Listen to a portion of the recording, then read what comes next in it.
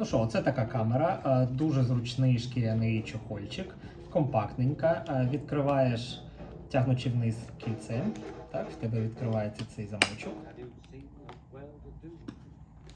А всередині велюр, вельвет червоний.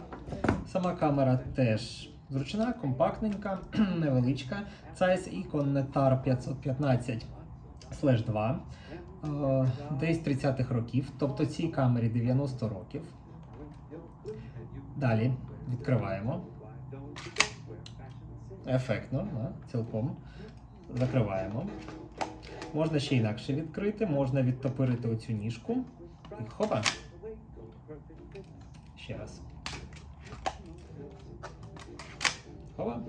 Відкрили. Далі, що тут ще є? Оце різьба для штативу.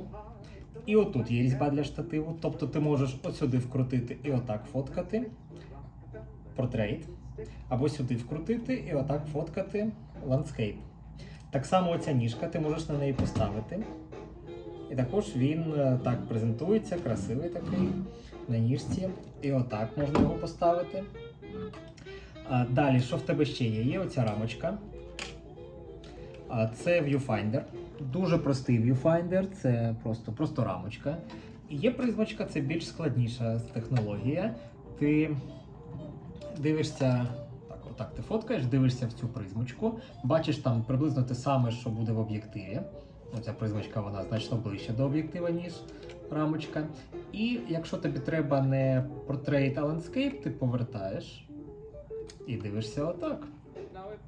Також, що тут ще можна покрутити? Можна покрутити апертуру. Звертаєш увагу, що мінімальна 6,3, тобто не 2, не 2,8, не 4, не 5,6, а 6,3. Аж це ого скільки ступінь треба, тому от я плівку купив 3200 ISO, щоб взагалі якось в приміщенні фоткати без цього спалаху магнієвого.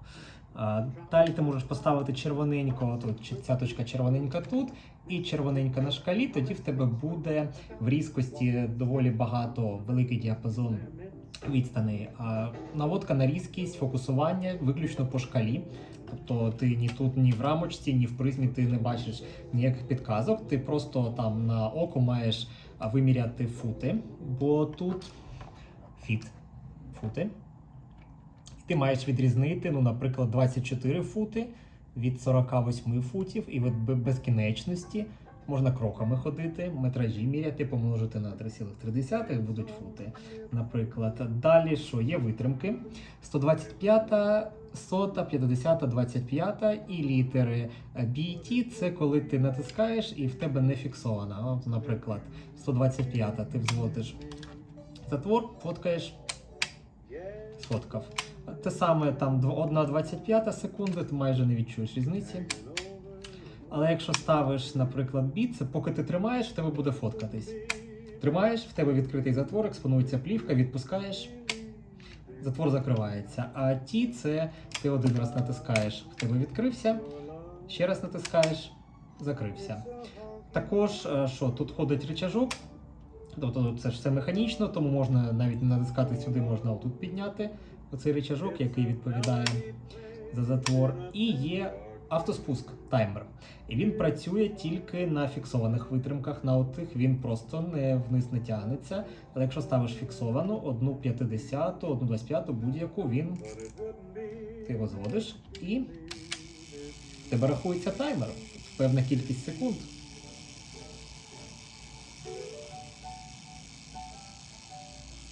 Клас, сфоткали. А що ще?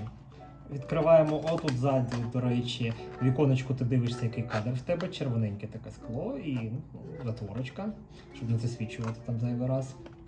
Відкриваєш кришечку, приймальну касету ставиш сюди, сюди плівочку, плівка, оце вона 6 см товщиною, взводиш кадр, фоткаєш, прокручуєш, взводиш, фоткаєш. Дуже просто, тут Zeiss Ikon, щось таке кольорове. І оце така камера. Дуже зручна.